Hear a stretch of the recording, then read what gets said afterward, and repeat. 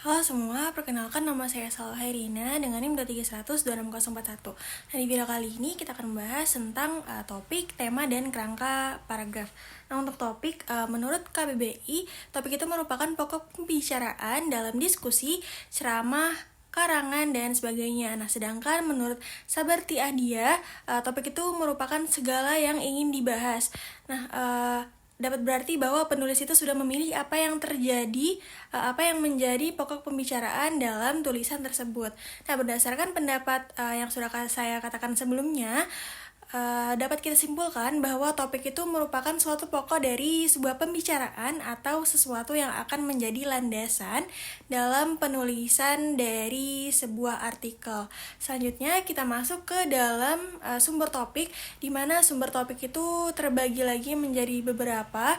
Yang pertama ada pengalaman pribadi. Nah, di pengalaman pribadi ini kita bisa berasal dari perjalanan, tempat yang pernah dikunjungi, atau wawancara dengan tokoh, atau kejadian luar biasa, ataupun peristiwa lucu dan yang lainnya.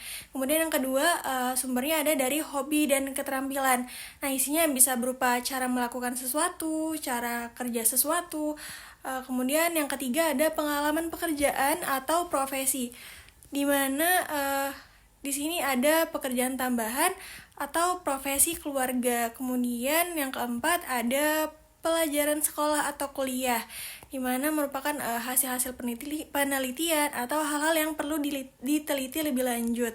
Kemudian ada pendapat pribadi, seperti kritik pendapat kita terhadap buku, film, puisi, pidato, iklan, siaran radio maupun televisi. Kemudian ada hasil pengamatan pribadi kita. Kemudian yang keenam ada peristiwa hangat dan pembicaraan publik, di mana yang dimaksud itu bisa berupa berita halaman, topik, tajuk, rencana yang berada paling depan di koran seperti itu. Kemudian ada artikel, ada materi kuliah dan penemuan yang mutakhir. Kemudian ada masalah abadi yang seperti agama, pendidikan, ataupun sosial dan masyarakat. Selanjutnya yang ke-8 itu ada kilasan biografi, seperti orang-orang yang terkenal atau orang-orang yang berjasa seperti itu. Lanjut, kita masuk ke dalam kriteria topik yang baik. Nah, yang pertama untuk kriteria topik yang baik itu ada topik harus relevan dengan pengalaman atau pengetahuan dari penulis. Kemudian yang kedua ada topik itu harus sesuai dengan ketertarikan Anda sebagai penulis. Kemudian topik harus menarik bagi pembaca dan pendengar. Kemudian topik itu harus didukung oleh referensi yang cukup. Dan yang terakhir itu topik harus memiliki batasan yang jelas. Seperti itu. Lanjut ke tema, menurut definisi itu tema merujuk pada ide pokok yang ingin disampaikan oleh penulis. Nah, untuk penentuan tema, sebelum menulis itu sangat penting untuk memastikan ide yang disampaikan itu secara teratur dan jelas kepada pembaca. Tema juga dianggap sebagai penjelasan maksud dan tujuan dari tulisan, sehingga rumusan tema itu secara eksplisit membantu penulis dalam menyusun kerangka tulisan, terutama bagi penulis yang masih pemula.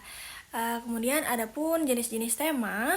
Yang pertama itu ada menurut Shipley, tema dapat dibagi menjadi 5 jenis yang beragam, yaitu yang pertama ada tema jasmaniah, yang kedua tema sosial, ketiga tema ketuhanan, 4 tema organik, dan yang kelima ada tema egoik.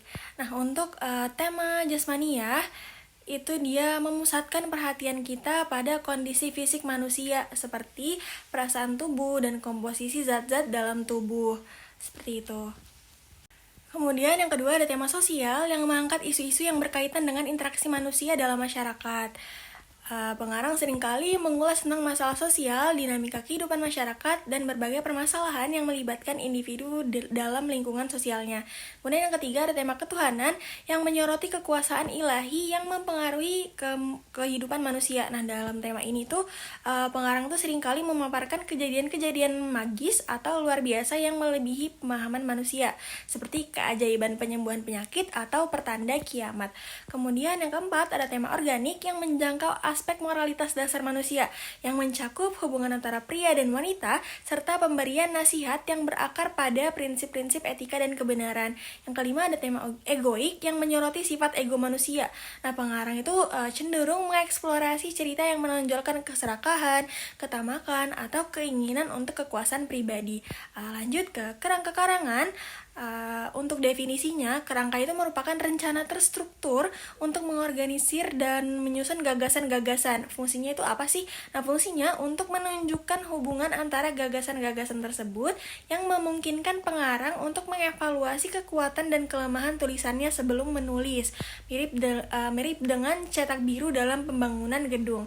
Nah, kerangka itu biasanya berisi rencana kerja dan ketentuan tentang cara menyusun tulisan, membantu penyusunan yang logis dan teratur, serta membedakan ide utama dari ide tambahan. Nah, untuk elemen kerangka karangan, yang pertama ada pengantar, yang kedua ada pernyataan masalah atau tujuan, yang ketiga ada isi atau pembahasan, yang keempat ada rincian dan contoh, yang kelima ada kesimpulan, yang keenam ada catatan kaki atau daftar referensi, yang ketujuh ada judul dan subjudul, yang kedelapan ada outline dan garis besar. Nah, manfaat kerangka karangan ini apa sih? Manfaatnya itu sebagai mempermudah penulis dalam menyusun karangan yang sebenarnya dan mencegah pengulangan ide serta menjaga fokus pada tujuan yang telah ditetapkan.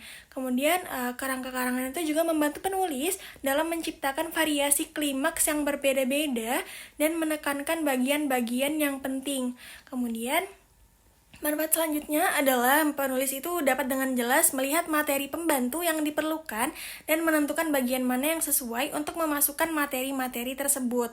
Lanjut yang keempat, jika kerangka karangan telah tersusun dengan baik, itu berarti setengah dari proses penulisan itu telah selesai karena semua ide telah dikumpulkan, dirinci dan disusun secara teratur. Penulis hanya perlu menyusun kalimat-kalimatnya. Kemudian yang kelima ada kerangka karangan itu merupakan representasi mini dari keseluruhan karangan.